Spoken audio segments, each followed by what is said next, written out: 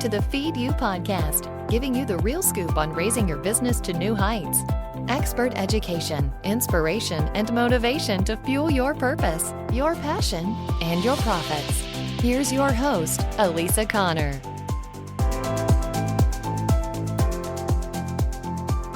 Hello, and welcome to the Feed You podcast. I am squeaking this podcast out this week. I am telling you, it is late afternoon on Tuesday, and this is going live tomorrow. So it is going to be a quickie, but a goodie. It's been a little bit hectic over here at Elisa Connor Consulting, but it's been good. It's all really good.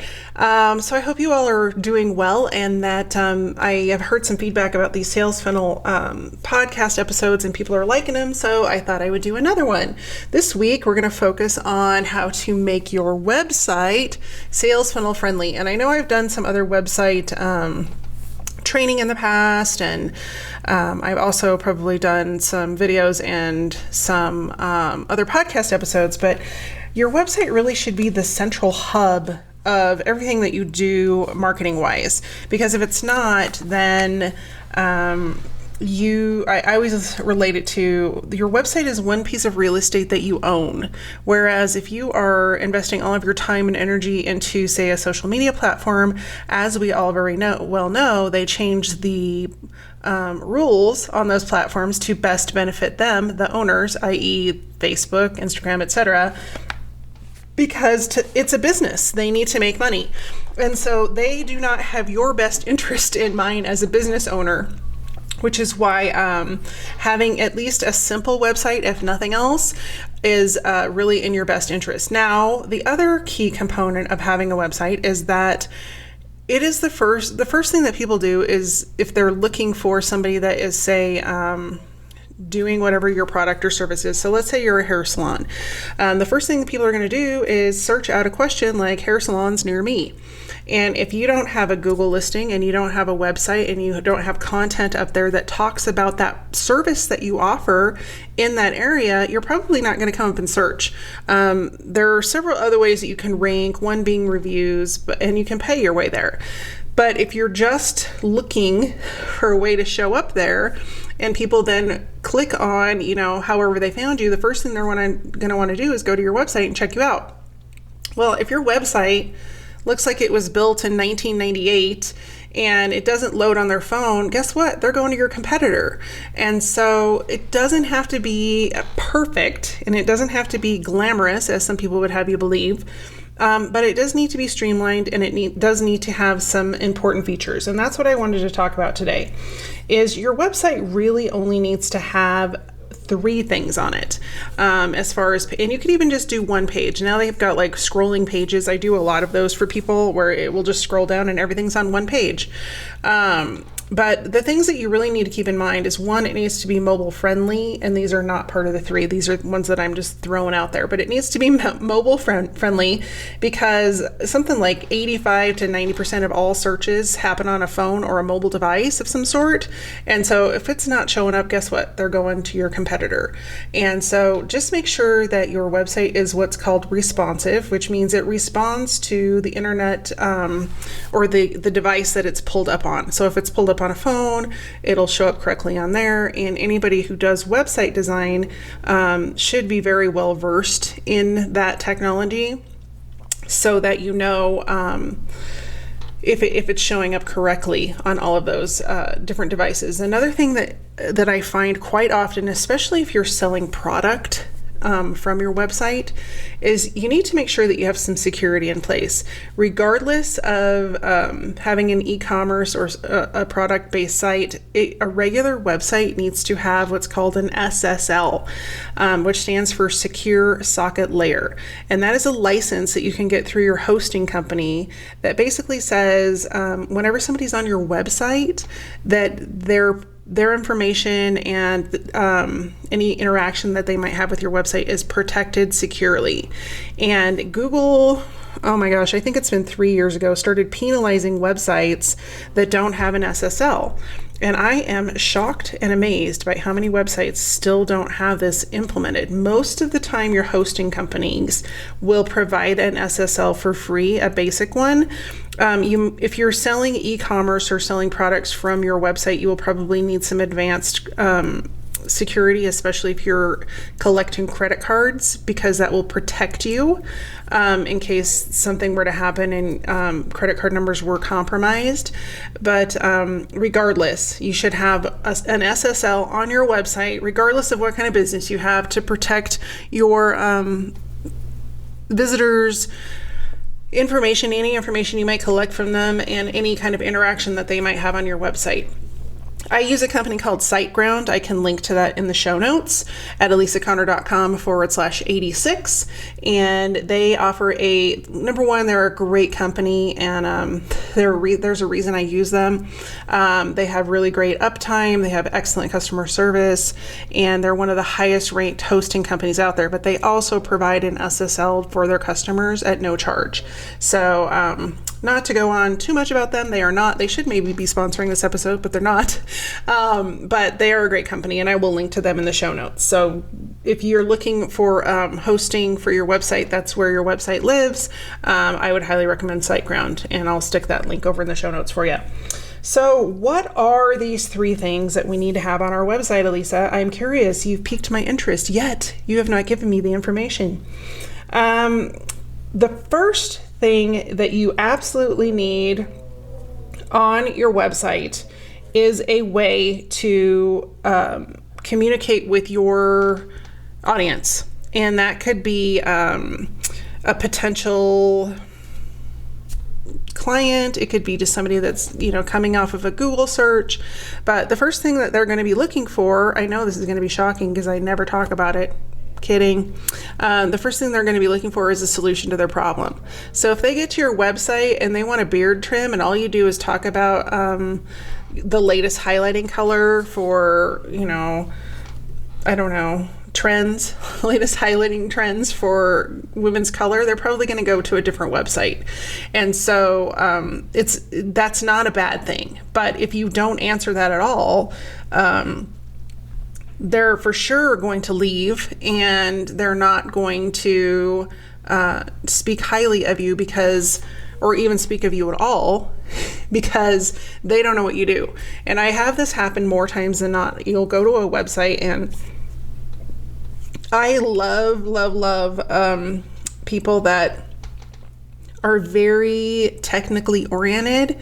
They love to put in words, and I have a client right now that they just love to put words, especially people that I love smart people to begin with, but that have studied things extensively.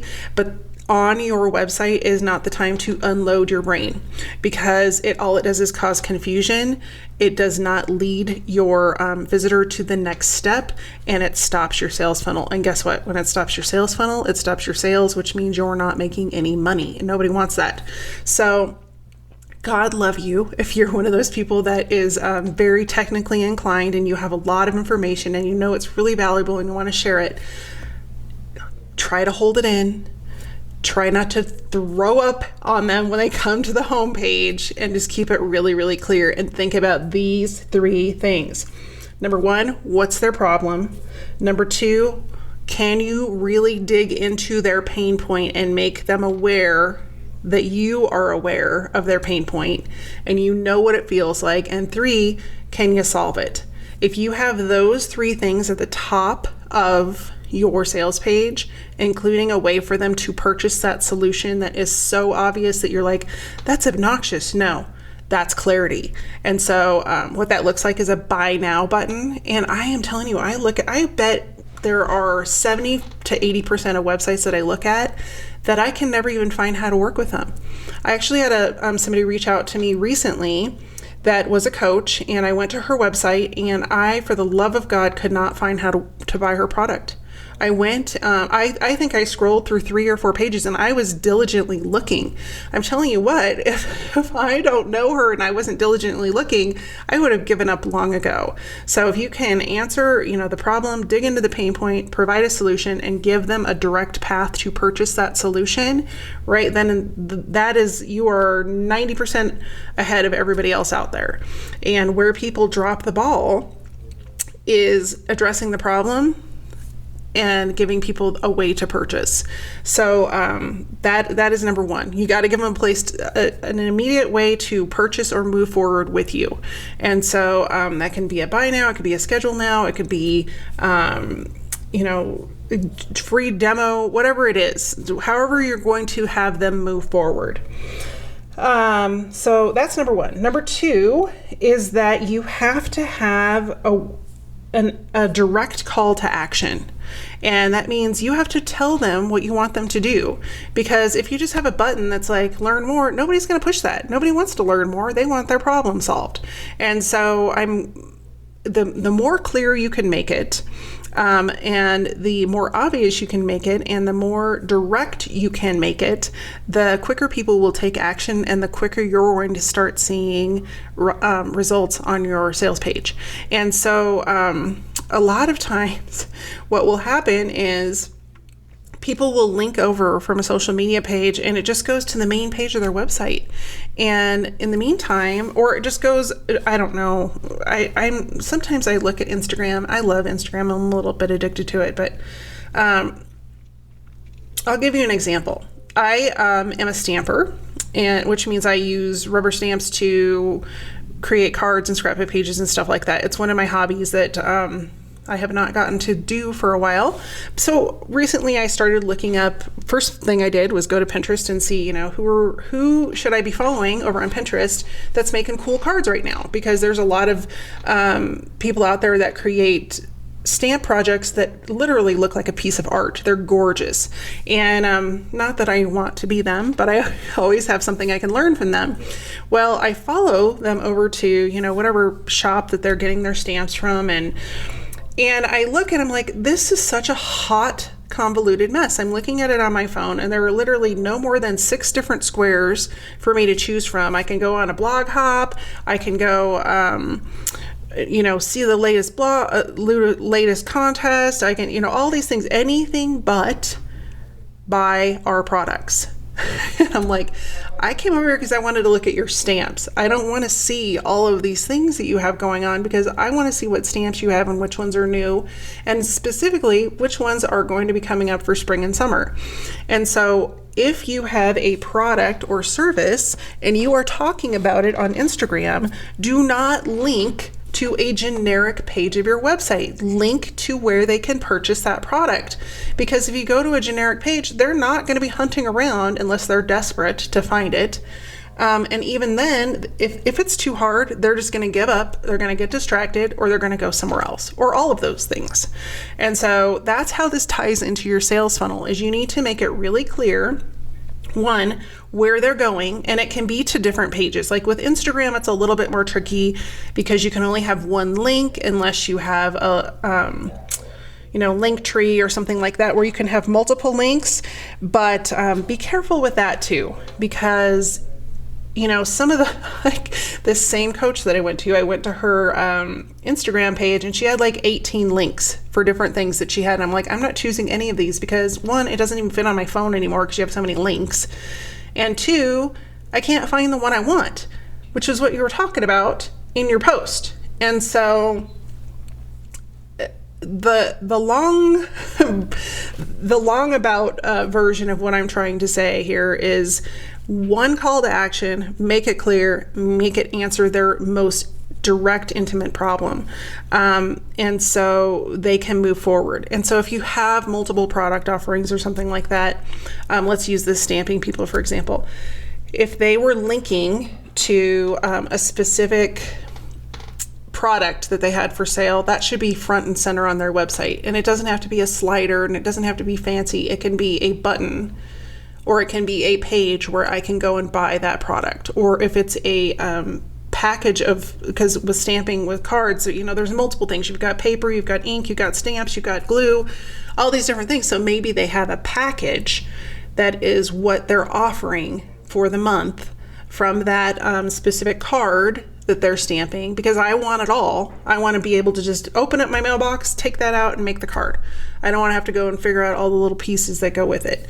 And so if they had that as the link from that example that they posted, or the tutorial that they've, spent hours creating, and the video and everything, and then, linked directly to that product offering, I'm going to swoop it up like nobody's business. So when you're creating that sales funnel for your business and you're having them come to your website, think about that. Connect the dots between what you're selling and your website, and make it easy for them to go, yes, add to cart, yes, schedule appointment, yes, get it now. And it works for any type of business. I don't care if you're a restaurant. I don't care if you have a product-based business. I don't care if you have a service-based business. When you can get them in front of that way to move forward, 9 times out of 10, they'll do it. If you are the solution to their problem. So that's number 2, is to have a direct call to action and then connect it into the rest of your sales funnel. For the love of all things holy, connect it into the rest of your sales funnel. And so let me give you an example of what that would look like if you're a restaurant. Say you, for example, right now, we're in the middle of COVID-19. If you're listening to this in the future, far into the future, it might be far behind us. But right now, we have a lot of restaurants that cannot have customers in the restaurant. And so one of the things they might be promoting is, for Mother's Day, they have a take-home, I'll use a fondue restaurant here. And they're not doing this, I'm just making this up. But they have a Mother's Day fondue pack where you can get a cheese, a cheese and a chocolate fondue, and maybe a pack of their spices. They have like specific spice blends. So then maybe you get 3 of their spice blends. And so for Mother's Day, they would create a little package, a Mom's Day package, and they would feature that in all of their social media and all of their promotion, their marketing promotion. And then the first thing that you would fall on from that promotion, when you click through on the link from wherever they're promoting it, a Facebook ad or whatever, is on the page where you can purchase it. Don't hide it. Don't try to be shy. Don't be like, oh, I don't want to sell it to them right away. If they're looking at what you got this chocolate spread that you're putting out there on Facebook, and they're like, their mouth is watering, they want it, and they want it for dinner tonight. And if they are a spouse or a child of that mom, they don't want to go hunt for it, because one, they don't even really know what fondue is, and they just know that mom wants it and they got to get it, and they don't want to have to go look for it. It's like sending a teenager into the pantry and asking them to find some like random spice blend. They'll look for 2 minutes and go, nope, we don't have it. And so think about that. Like when you're putting things out there, think about your teenager, even your teenage self, like how long you would look for something. If you go into the garage and you're like, yeah, 30 seconds later, nope, can't find it. I'm not going. They're off. That's exactly what your clients or your potential clients and your leads will be doing. So number 2, call to action. Number 3 is you've got to create a way to deliver value and build connection. And the best way to do this is by having some sort of blog. Now, when I say blog, people they don't like that word. It's too overused. You can call it whatever you want. You can call it resources. You can call it tutorials. You can call it, your happy place, whatever. Just make it so that your customers know they can go there and get what they need to get. Maybe it's, lessons a day, or you can call it blog. You can call it whatever you want. But it is a place that you consistently show up. Once a week is great. Twice a month is good. I would not do it less than that. I have one client who does it once a month, and she has a very loyal following. And I know you're going to be listening, Liz, but if she would up her ante and do it twice a month, she would probably increase her following, because she's in front of people more often. But she has great open rates, so I can't pick on her too much. But whatever it is for you, once a week, twice a month, once a month, as long as it's consistent and you let people know, and it's a place for you to go and give value. So let me give you an example, going back to the stamping people. So I follow this gal. I'm trying to remember what her name is. Something McGuire. Anyway, she's fantastic, and I can't think of her first name. I think it's Julie, but I don't think that's right. Anyway, so she posts about once a week. Sometimes it's every other week. She does a tutorial. Well, of course, she has all of these stamp companies that send her supplies, and I'm sure they pay her to design cards because her cards are gorgeous. But she does these tutorials, and so one of the things I've been doing lately at night, instead of I don't really like to watch TV. I get kind of bored. Like, I'll rewatch a series and then I'm like, yeah, I'm done for like 6 months. I just don't watch TV.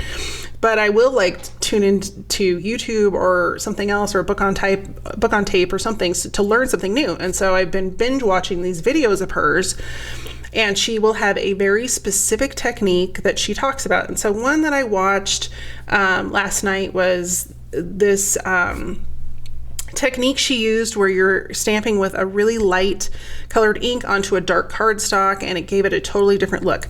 Well, what was unique about that is she made like, I don't know, at least 4 different types of cards with different stamps, and fairly similar technique, just a little bit different.